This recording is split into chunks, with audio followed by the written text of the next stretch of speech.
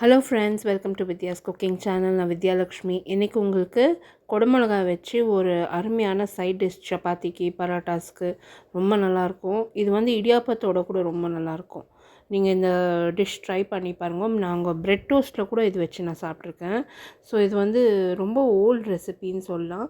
இப்போ நான் அது எப்படி செஞ்சேன்னு காமிக்கிறேன்.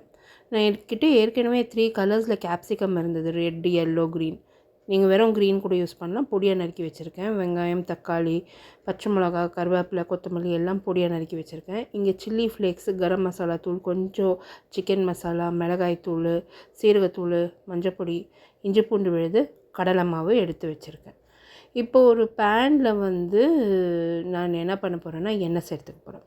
பேசிக்காக வந்து நாங்கள் இது புட்டுன்னு தான் சொல்லுவோம். பட்டு மகாராஷ்டிரன் டிஷ் இது.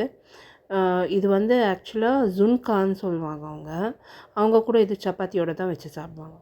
இப்போ எண்ணெய் சேர்த்துருந்தோம். அதில் வந்து வெங்காயம், தக்காளி, குடமிளகா, பச்சை மிளகா, கருவேப்பிலை, இஞ்சி பூண்டு விழுது, மசாலா பொடி அத்தனையும், சிக்கன் மசாலா, கரம் மசாலா, மஞ்சப்பொடி, சில்லி ஃப்ளேக்ஸு, உப்பு, சீரகத்தூள் எல்லாம் ஒரே மொத்தமாக சேர்த்துக்கோங்க. இஞ்சி பூண்டு விழுதோடு சேர்த்து எல்லாம் ஒரே மொத்தமாக சேர்த்துக்கோங்க. உப்பு சேர்த்து எல்லாமே நல்லா கலந்து கொடுத்து வதக்கி எடுக்கணும். இதில் என்னென்னா ஸ்பெஷாலிட்டி, உங்களுக்கு ஒரே மொத்தமாக வேலை முடிஞ்சிடும்.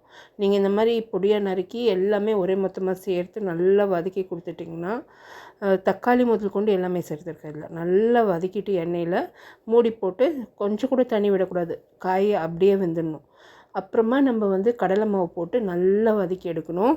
இது ஒரு 5 to 10 மினிட்ஸில் ரெடி ஆகிடும். நல்லா எண்ணெய் பிரிஞ்சு வந்ததும் இந்த ஜுன்கா ரெடி ஆர் புட்டு ரெடி.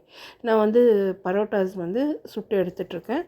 இந்த நல்ல எண்ணெய் பிரிஞ்சு வந்ததும் இந்த ஜுன்காவை வந்து நான் கப்பில் வச்சு நான் சர்வ் பண்ணிட்டாங்க. மேலே மல்லித்தழை தூளாக உங்களுக்கு விருப்பப்பட்டால் நீங்கள் வந்து எலுமிச்சம்பழம் சாறு இதில் சேர்த்து நல்லா கலந்து இன்னொரு முறை நல்லா வதக்கி எடுத்து நீங்கள் இதை சர்வ் பண்ணலாம். ரொம்ப நல்லா டேஸ்டியாக இருந்ததுங்க.